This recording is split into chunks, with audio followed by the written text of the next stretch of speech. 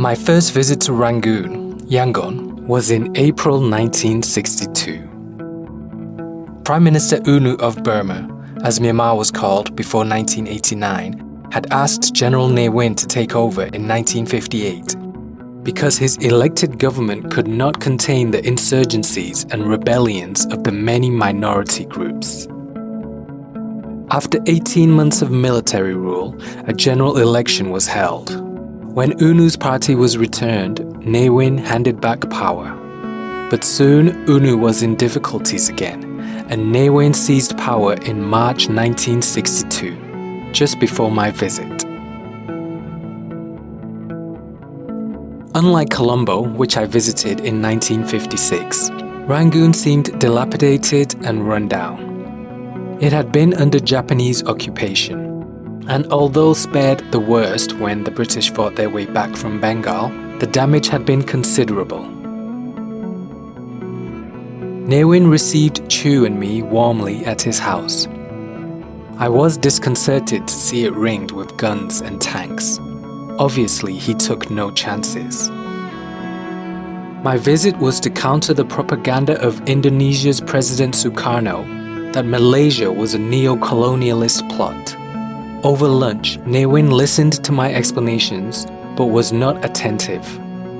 He was preoccupied with maintaining law and order, keeping down insurrections, and holding Burma together. He lived in a medium-sized bungalow in the suburbs. He was friendly, as was his wife Kin Mei Tan, Kitty, a former nurse and a vivacious lady. Both were English-speaking and intelligent. Burma was one of the better endowed countries of Southeast Asia, a rice and food exporter before the war. However, the democratic system of government did not work. The people were not of one race speaking one language. The British had brought together into one country a whole host of different races, occupying different parts of this mountainous country. The Burmese way to socialism was Ne Win's motto for the Socialist Republic of the Union of Burma. His policy was simple: achieve self-reliance and get rid of the Indians and Chinese who had come into Burma with the British. The Chinese had started to leave even under U Nu, many settling in Thailand and Singapore. The larger number were the Indians, whom the British had recruited into the government service. They were slowly squeezed out.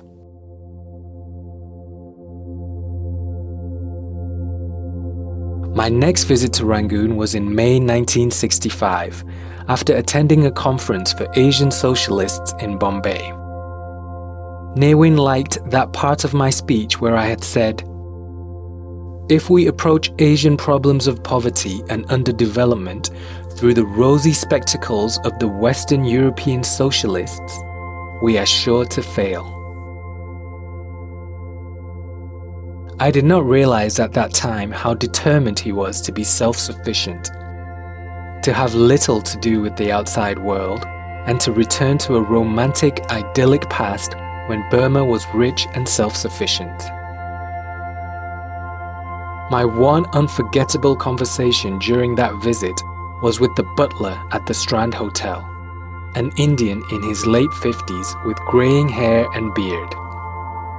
He brought in breakfast looking forlorn and dejected, and said in English, "Sir, this is my last day. I shall not be here tomorrow." He did not know whether his Burmese assistant would be able to serve me the same breakfast. British-style tea with milk and sugar, toast and scrambled eggs. I asked why he wanted to leave.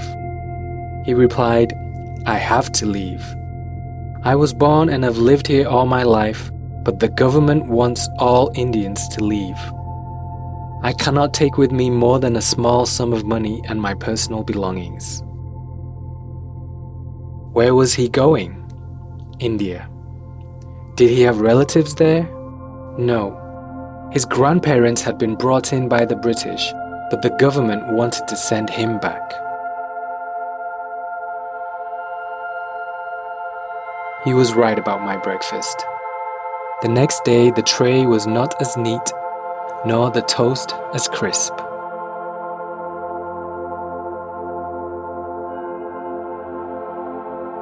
That afternoon, Ne Win played golf with me at the former British Rangoon Golf Club. It was an extraordinary game. On both sides of every fairway and surrounding us, the four players, were troops with guns, facing outward. When not swinging a club, Ne Win wore a steel helmet. I hesitated to ask why. His minister, one of the players, murmured something about an assassination threat.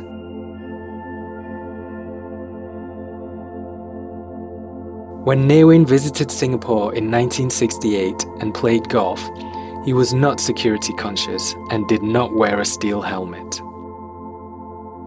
When he next came, in 1974, I suggested we should coordinate our policies to get the United States, China, and the Soviet Union to maintain a presence in the region so as to have some power balance. He was not in the least interested, preferring to leave these matters to the superpowers.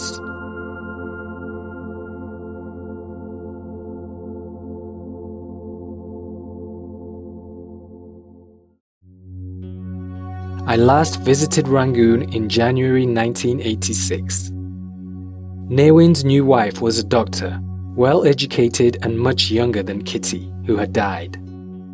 Ne Win had an excellent recall of events that happened 15 to 30 years ago.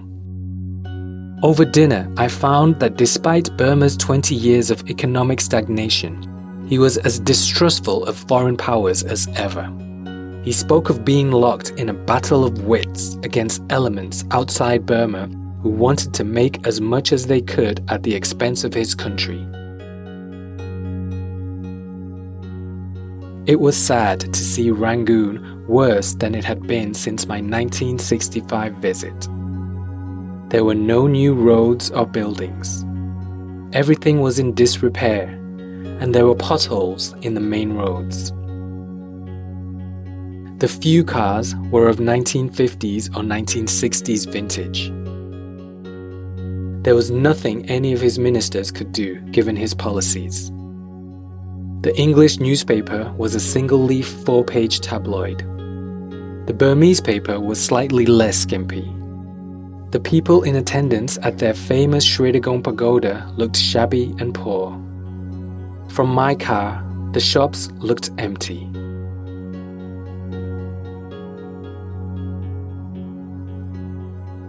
When his Prime Minister, Maung Maung Kat, visited Singapore in September 1986, I tried to interest him in tourism, telling him of an article I had read in the Singapore American, a publication of our American community, in which two teachers from the American school described their visit to Rangoon, Mandalay, and Bagan. They had hitchhiked for part of the journey and found it a fascinating adventure. I suggested that he open up Burma, build hotels, and get safe aircraft to fly from Rangoon to Mandalay and Bagan. He would get large numbers of tourists and considerable revenue. He listened quietly but said little. Nothing happened. Ne Win did not want foreigners in Burma. Only in 1993, when Lieutenant General Kuan Yew, one of their key leaders, saw me in Singapore, did I find a leader who was responsive, probably because Ne Win had had a change of heart. Ne Win must have told him that I was an old friend because he listened quietly as I explained that Myanmar had to adjust to the post-Cold War world, open up its economy, and develop the whole country.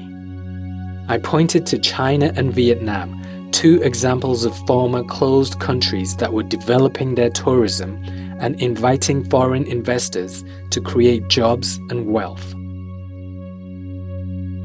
Kuan Yew was then in charge of intelligence and the strongman of the junta, or SLORC, State Law and Order Restoration Council. I asked him to reconsider his policy towards Aung San Suu Kyi, the daughter of Burma's hero and first Prime Minister, Aung San. She had married an Englishman but had returned to Myanmar to lead a movement against the military government. They could not lock her up forever. She would be a continuing embarrassment to their government. Myanmar had to improve the lives of the people, co-opt capable people with experience abroad into the government. A government of military officers could never get the economy going. I suggested he should make it possible for Singapore to engage and help Myanmar economically. Singapore could defend its position internationally if this engagement was to help Myanmar return to normalcy, not to maintain the present system. My note-taker, a Ministry of Foreign Affairs desk officer for Myanmar, was fearful that he would react strongly and was surprised when, at the end of the discussion, he thanked me for my valuable opinion. When General Than Shwe, the Myanmar Prime Minister and Chairman of SLOC, visited Singapore in 1995, I suggested that he visit Indonesia to learn how it had changed from a military leadership, with General Suharto in charge, to an elected presidency. The Indonesian constitution gave the army a direct role in government, with representation in the legislature under a system called Dwi Fungsi, meaning two functions. The Indonesian army had a constitutional role in ensuring the security and integrity of the country. Elections for the president and the legislature were held every 5 years. Myanmar had to go in that direction if it wanted to be like the other countries in Southeast Asia.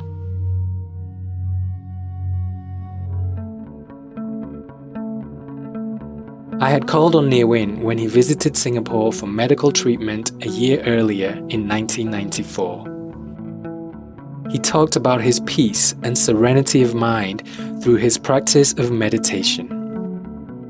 For 2 years after he withdrew from government in 1988, he had been in torment, fretting and worrying about what was going on in the country. Then in 1990, he began to read about meditation. He now spent many hours each day, in the morning, afternoon, and evening, in silent meditation. He certainly looked much better than the sickly person I had met in Rangoon in 1986. He was in Singapore again in 1997 to see his doctors.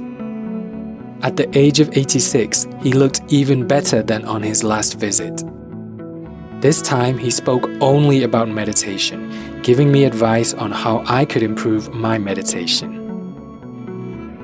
I asked if he did not worry about the sickness of his loved ones, like children and grandchildren.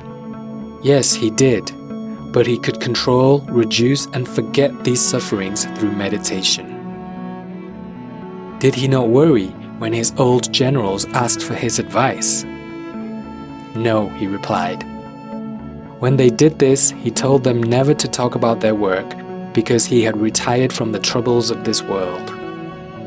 However, diplomats told me he commanded respect and authority within the military and could still wield influence. The West, especially the United States, believed that the economic sanctions could force the government to hand power to Aung San Suu Kyi, who had won the Nobel Peace Prize in 1991. I did not think this was likely. The army has been Myanmar's only instrument of government since Ne Win took power in 1962. The military leaders can be persuaded to share power and gradually civilianize the government. But unless the United States or the United Nations is prepared to send in armed forces to hold the country together, as it is doing in Bosnia, Myanmar without the army would be ungovernable. The West is impatient with ASEAN's constructive engagement and was puzzled when its leaders admitted Myanmar as a member in July 1997. But what better way was there to have the country develop, open up, and gradually change? In Cambodia, a UN force that supervised elections could not install the winner into government because the de facto government under Hun Sen controlled the army, the police, and the administration. The generals in Myanmar will eventually have to adjust and change to a form of government more like their ASEAN neighbors. This will come about sooner if their contacts with the international community increase.